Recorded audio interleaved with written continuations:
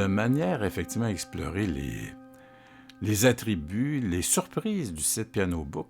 J'aime bien, par moments, mettre un peu les choses en contexte, puis créer des petites boucles, enfin des ambiances sonores qui permettent effectivement de moduler un peu l'instrument virtuel que je souhaite vous présenter.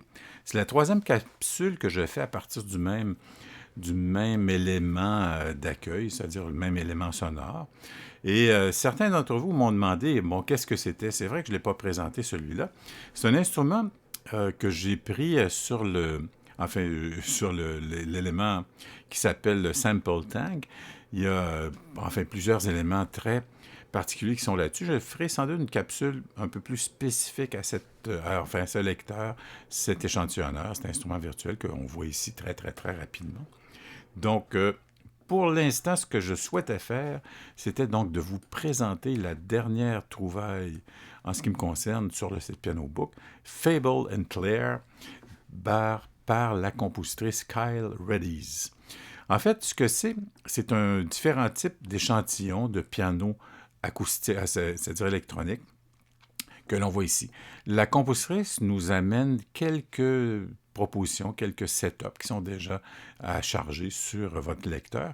Et parlant de lecteur, la nouveauté aussi du DS, Descent Sampler, quand on va ici sur l'élément Browse, c'est-à-dire Recherche, vous aurez donc le Sample Store, où vous pouvez acheter, télécharger des éléments. Et ici, c'est File Browser qui arrive sur votre collection, en fait. Et vous retrouverez la plupart des instruments que vous avez donc téléchargés. Ils se retrouvent ici. Et quand je regarde celui-là, tiens, il est ici Fable and Claire. Donc, Fable et Claire. Donc, vous retrouvez ici l'ensemble des éléments qui constituent cette proposition. Et voici Electric Piano, Pad, Synth Bass et Tape Piano. Et ici, la version, disons, qui vous permet de négocier ça à partir d'une enveloppe blanche, si on veut. Quand je veux revenir, simplement la petite fléchette, et voilà, je reviens avec la proposition de base. Dans celui-là, j'ai utilisé, sous le plan rythmique, deux éléments. Le premier qui est ici, qui était... Tiens, je vais aller le chercher directement. Celui-ci qui était Synth Bass. C'est celui-là que j'utilise pour effectivement faire des éléments plus répétitifs, arpégiateurs. Qui est toujours intéressant. Vous placez un accord. Moi, j'ai pris l'arpégiateur ici, ARP, je suis avec Logic Pro. Mais la plupart des logiciels d'accueil des instruments qui vous permettent effectivement de travailler du matériel audio et MIDI ont tous, c'est vraiment tellement classique. Et c'est à peu près similaire, c'est-à-dire mode ascendant, descendant, aller-retour, etc. Et ici, on a la vitesse. Je suis à 1,16, donc la double croche. Et ici, on a variation, 4 éléments, type de variation, et le registre des octaves, aller jusqu'à 4 octaves. Plus vous l'aurez comme ça, c'est-à-dire si vous placez simplement un accord de sol mineur ici,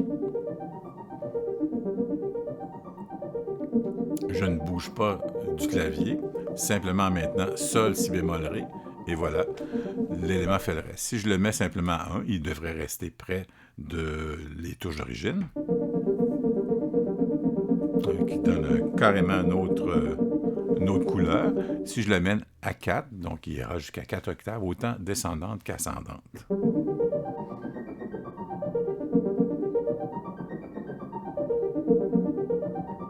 Et c'est à vous donc de le configurer selon vos besoins. J'aime bien, moi, à l'occasion, utiliser ce petit outil qui nous permet effectivement de partir avec un élément très simple. Je vais le désactiver dans l'immédiat pour concentrer vraiment l'attention sur le logiciel comme tel, qui est vraiment unique. C'est un son de piano, c'est un son de piano électronique, EP. C'est difficile à... Vraiment intéressant. Puis, la fenêtre d'accueil que l'on voit ici nous propose différents types de manipulations. On a ici, on retrouve l'attaque ADSR avec Attack, Decay, Sustain and Release. Certains éléments nous permettent donc d'avoir des filtres ou des choses comme ça. Et on y va vraiment, je dirais, en exploration. Ici, on imagine que c'est le bouton du volume contrôle total de l'effet comme tel. Voilà. Tandis qu'ici, ici, j'ai uniquement celui-là. Je vais le fermer. Ici, voilà, j'ai plus rien.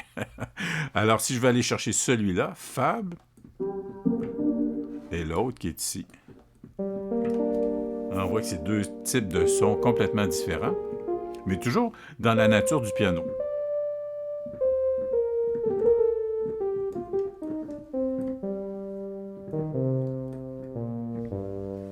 Et chacun possède sa propre définition ou son propre environnement. Ici, ADSR, Attack Diffusion Sustained Release, des filtres qui sont là.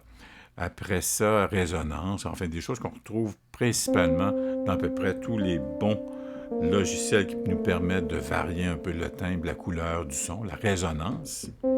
Ici, on va la voir, voilà. On va avoir un son moins de résonance aiguë. Ça, c'est intéressant quand on veut aller chercher effectivement les sons de base pour donner du rythme ou donner de l'ampleur rythmique. Si je vais...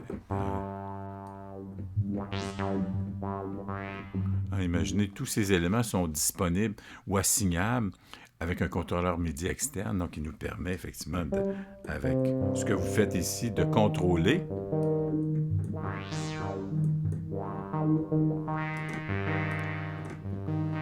Donc, qui devient un jeu beaucoup plus intéressant qu'avec la souris, évidemment. Mais ça nous permet donc d'aller chercher des éléments qui appartiennent au timbre du son, enfin dans sa modulation comme telle. Et vous avez donc l'ensemble des deux. Celui-là, je l'ai mis maximum, et celui-ci, si je reviens avec le son d'origine, on peut donc mixer un peu le cadre des deux. Donc, on a le synth bass. Si je vais chercher une autre proposition, tape piano.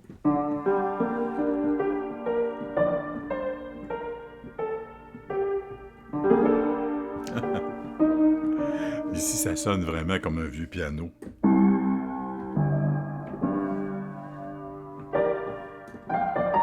Mais qui, dans certains cas,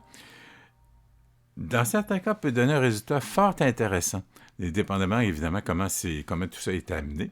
Je vais aller rechercher d'autres propositions. Moi, j'avais utilisé celui-là dans l'exemple que vous avez entendu en guise d'introduction. Un pad. Très beau pad, d'ailleurs.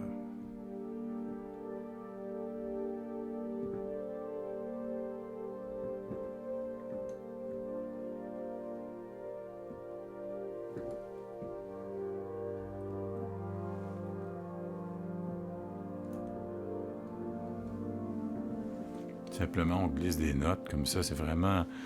Quand l'instrument nous inspire, puis effectivement fait qu'en jouant, en explorant, on perd un peu la notion du temps. C'est vraiment une belle trouvaille. Bravo. Bravo à Kyle Reddies. Et celui-ci, c'était donc Electric Piano, qui nous rappelle un peu certains échantillons de piano, effectivement, reconfiguration, des choses comme ça. Et si vous avez l'objet seul,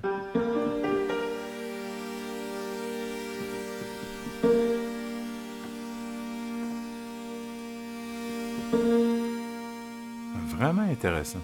Ici, si je vais chercher une attaque un peu plus douce, le son arrivera en dernier. Allez, il arrive.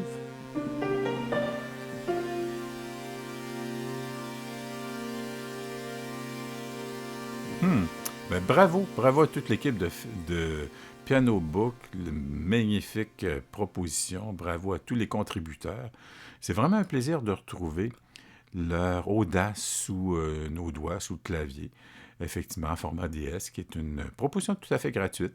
Le lecteur l'est aussi, compatible Mac, PC, peu importe, puisqu'il peut être autonome, il peut être intégré, comme ici, je l'ouvre avec Logic. Je suis avec Apple Logic, mais je pourrais être avec Ableton ou Digital Performer, peu importe, puisqu'il est compatible avec à peu près tout le monde. Dans l'univers du Mac et dans l'univers du PC, vous retrouverez à peu près les mêmes environnements avec à peu près les mêmes fonctions. Et donc, le lecteur Descent Sampler est une création du compositeur américain David Ilowitz. Donc, vous trouverez sous cet onglet, effectivement, tous les liens vous amenant à découvrir et même idéalement installer ce genre de proposition. Donc, je vous laisse découvrir vous-même, je vous laisse faire la suite. Et sachez que si vous souhaitez de temps en temps laisser un mot sur mon site, ça fait toujours plaisir. Si vous avez des questions, gênez-vous pas, ça fait toujours plaisir d'y répondre quand je peux le faire. Mais d'ici là, place à la musique et place à l'inspiration. À très bientôt. Bonne suite. Au revoir.